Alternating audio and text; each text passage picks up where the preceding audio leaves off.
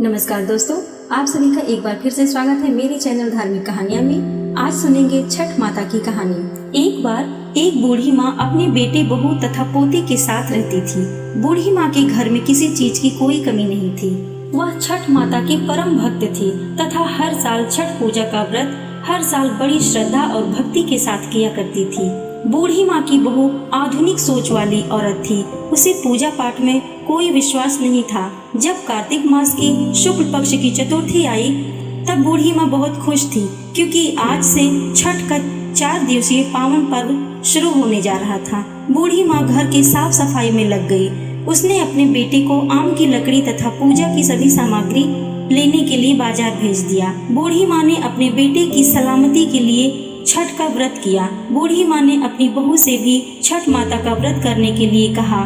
तब बहू कहने लगी, यह सब बेकार की बातें हैं, मुझे इन सब में कोई विश्वास नहीं है, इससे क्या होगा। तब बूढ़ी माँ अपनी बहू को छठ माता की महिमा बताते हुए एक पौराणिक कथा सुनाती है। बूढ़ी माँ बोली, बेटा, बहुत समय पहले की बात है। प्रियव्रत नाम के एक प्रसिद्ध राजा थे। उनके पिता का नाम था स्वयंभू मनु। प्रियव्रत बहुत सदाचारी और धार्मिक प्रवृत्ति के मनुष्य थे। विवाह के कई वर्षों बाद भी उन्हें कोई संतान नहीं हुई। तब ऋषि कश्यप जी ने उन्हें पुत्रेष्ठ यज्ञ करवाने की सलाह दी। राजा प्रियव्रत ने पूरे विधि विधान के साथ पुत्रेष्ठ यज्ञ का अनुष्ठान किया। पुत्रेष्ठ यज्ञ के प्रभाव से प्रियव्रत की पत्नी ने स्वर्ण के समान प्रभाव वाले एक सुंदर पुत्र को जन्म दिया, परंतु वह पुत्र मरा हुआ पैदा हुआ। राजा प्रियव्रत उस मृत बालक को लेकर शमशान में गए और उस एकांत भूमि में पुत्र को छाती से चिपक कर रोने लगे। इतने में उन्हें वहां एक दिव्य विमान दिखाई पड़ा, शुद्ध स्फटिक मणि के समान चमकने वाला। वह विमान अमूल्य रत्नों से बना था। उस विमान पर बैठी हुई मन को मुग्ध करने वाली एक परम सुंदरी देवी को राजा प्रियव्रत ने देखा। उन्हें सामने विराजमान देखकर राजा ने बालक को भूमि पर रख दिया और बड़े आदर के साथ उनकी पूजा और स्तुति की। वह देवी स्कंद भगवान की पत्नी षष्ठी देवी थी। उनका शांत विग्रह ग्रीष्मकालीन सूर्य के समान चमचमा रहा था। उन्हें प्रसन्न देखकर राजा ने पूछा, हे देवी, तुम कौन हो? महाराज प्रियव्रत की बात सुनकर देवी उनसे कहने लगी, राजन, भगवती मूल प्रकृति के छठे अंश से प्रकट हुई देवी षष्ठी हूँ और इस संसार में छठ माता के नाम से प्रसिद्ध हूँ। इस प्रकार कहकर छठ माता ने उस बालक को उठा लिया और अपने प्रभाव से उसे पुनः जीवित कर दिया। अब राजा ने देखा तो स्वर्ण के समान प्रभाव वाला वह बालक हंस रहा था। अभी महाराज प्रियव्रत उस बालक की ओर देख ही रहे थे कि माता उस बालक को लेकर आकाश में जाने को तैयार हो गई। यह देख राजा के कंठ, ओष्ठ और तालु सूख गए। उन्होंने माता की स्तुति की। तब प्रसन्न हुई माता ने कहा, तुम सर्वत्र प्रकृति यानी सूर्य, जल, वायु की पूजा कराओ और स्वयं भी करो। प्रकृति की आराधना से तुम और समस्त संसार वर्ष भर सुखी, स्वस्थ और निरोगी होगे और दीर्घायु प्राप्त करोगे। तब राजा प्रियव्रत ने सूर्य, उषा, जल, वायु और छठ माता का व्रत किया और पूजा की, जिससे प्रसन्न होकर छठ माता ने राजा को उनके पुत्र वापस दे दिए। तब से कार्तिक शुक्ल पक्ष के षष्ठी के अवसर पर सूर्य, उषा, प्रकृति, जल, वायु और छठी मैया की पूजा की जाने लगी। तब बूढ़ी माँ ने कहा, बेटी, छठ माता की महिमा तो ऐसी है कि स्वयं भगवान श्री राम तथा माता सीता ने भी छठ का व्रत करके भगवान सूर्य देव का आशीर्वाद प्राप्त किया था। महाभारत काल में दानवीर कर्ण और पांडव भी महाभारत के समय में छठ का व्रत किया करते थे।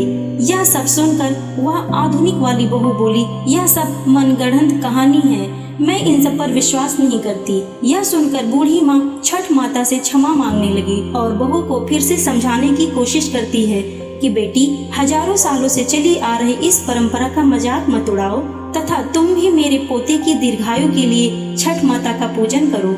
बूढ़ी माँ की बातों को सुनकर सुना अनसुना करके वह वहाँ से चली गई। बूढ़ी माँ बड़ी श्रद्धा के साथ नहाए खाए का दिन किया। बहू ने पूरा दिन घर के बाहर मौज मस्ती में बिता दिया। अगले दिन छठ पर्व का दूसरा दिन यानी कार्तिक मास की शुक्ल पक्ष की पंचमी आई, जिसे खन्ना या लोहड़ा के नाम से भी जाना जाता है। संध्या काल में जब बूढ़ी माँ ने खीर रोटी का प्रसाद दिया तो फिर से बहू ने कहा, माँ, इतना कठिन निर्जला व्रत का कोई फायदा नहीं, तुम केवल अपने शरीर को कष्ट दे रही हो। यह सुनकर बूढ़ी माँ ने बहू को फिर से छठ माता की महिमा समझाने की कोशिश की, परंतु बहू ने उन सब बातों को अनसुना कर दिया और अपने कमरे में जाकर सो गई। वैसे तो बूढ़ी माँ कई साल से अपनी बहू को छठ माता की महिमा बताने की कोशिश कर रही थी और हर साल उनकी बहू इसी प्रकार से सुना अनसुना कर देती थी, परंतु इस बार न जाने क्यों बूढ़ी माँ का दिल बहुत घबरा रहा था और वह बार बार छठ माता से प्रार्थना कर रही थी, माँ इस बच्ची को क्षमा करना, यह अभी बच्ची है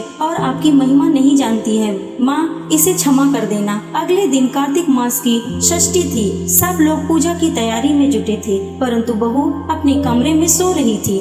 वह बहुत देर से उठी और पास पड़े अपने बेटे को उठाना चाहा, तब बेटे ने जवाब नहीं दिया। यह देखकर बहू बहुत घबरा गई और भागी भागी अपने पति और सास के पास गई और उन्हें यह सब बताया। बहू की बात सुनकर बूढ़ी माँ और उनका बेटा कमरे में दौड़े दौड़े आ गए और उन्होंने बच्चे को जगाने की कोशिश की, परंतु वह नहीं जागा। फिर वह तीनों बच्चे को लेकर अस्पताल गए। डॉक्टर ने बच्चे की जांच की और देखा कि बालक की तो सांसें ही रुकी हुई हैं। डॉक्टर यह देखकर हैरान हो गए कि इतना छोटा बच्चा जो कि बिल्कुल स्वस्थ था, ऐसे कैसे हो सकता है, परंतु विधि का विधान और प्रकृति का नियम कहकर डॉक्टर ने उनके सामने अपने हाथ जोड़ लिए। तब बच्चे की माँ, बाप तथा दादी रोते बिलखते बच्चे को लेकर अस्पताल से बाहर आ गए। बूढ़ी माँ का दिल तो पहले से ही घबरा रहा था। पोते की सांस चले जाने पर बूढ़ी माँ के जुबान पर केवल यही एक शब्द थे, हे छठ माता क्षमा कर दे, मेरे पोते के शरीर में सांस भर दे। तुम तो पुत्र देने वाली हो, उनका पालन और उनका कल्याण करने वाली हो, तुम समय से पूर्व उनके प्राण कैसे ले सकती हो? यदि हमसे कोई भूल हुई हो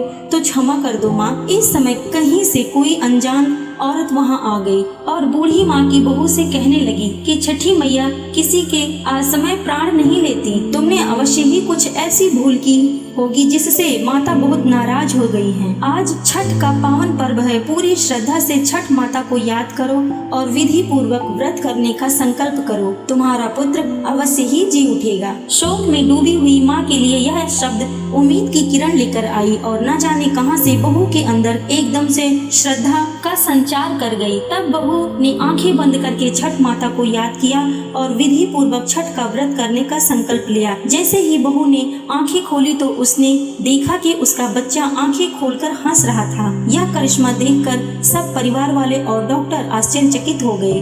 बच्चे को जीवित देखकर जैसे ही उस अनजान औरत को धन्यवाद करने के लिए सिर घुमाया तो देखा कि वहाँ कोई नहीं है। वह समझ गई कि यह साक्षात छठ माता ही थी जो उसे स्वयं इस व्रत की महिमा का ज्ञान कराने के लिए आई थी। उसके बाद बहू ने बूढ़ी माँ के साथ मिलकर पूरी श्रद्धा से पूजा की तैयारी की और शाम को घाट पर जाकर सूर्य देव को संध्या अग्र देकर अगले दिन उषा अग्र दिया। हे छठ माता, जैसे आपने अनजान बनकर बूढ़ी माँ के पोते की रक्षा की, वैसे सबके बेटे पोते सबकी रक्षा करना। प्यारे दोस्तों, अगर कहानी पसंद आई हो तो वीडियो को लाइक करें, चैनल को सब्सक्राइब करें और कमेंट में जय छठ मैया लिखना बिल्कुल ना भूलें। जय छठ मैया।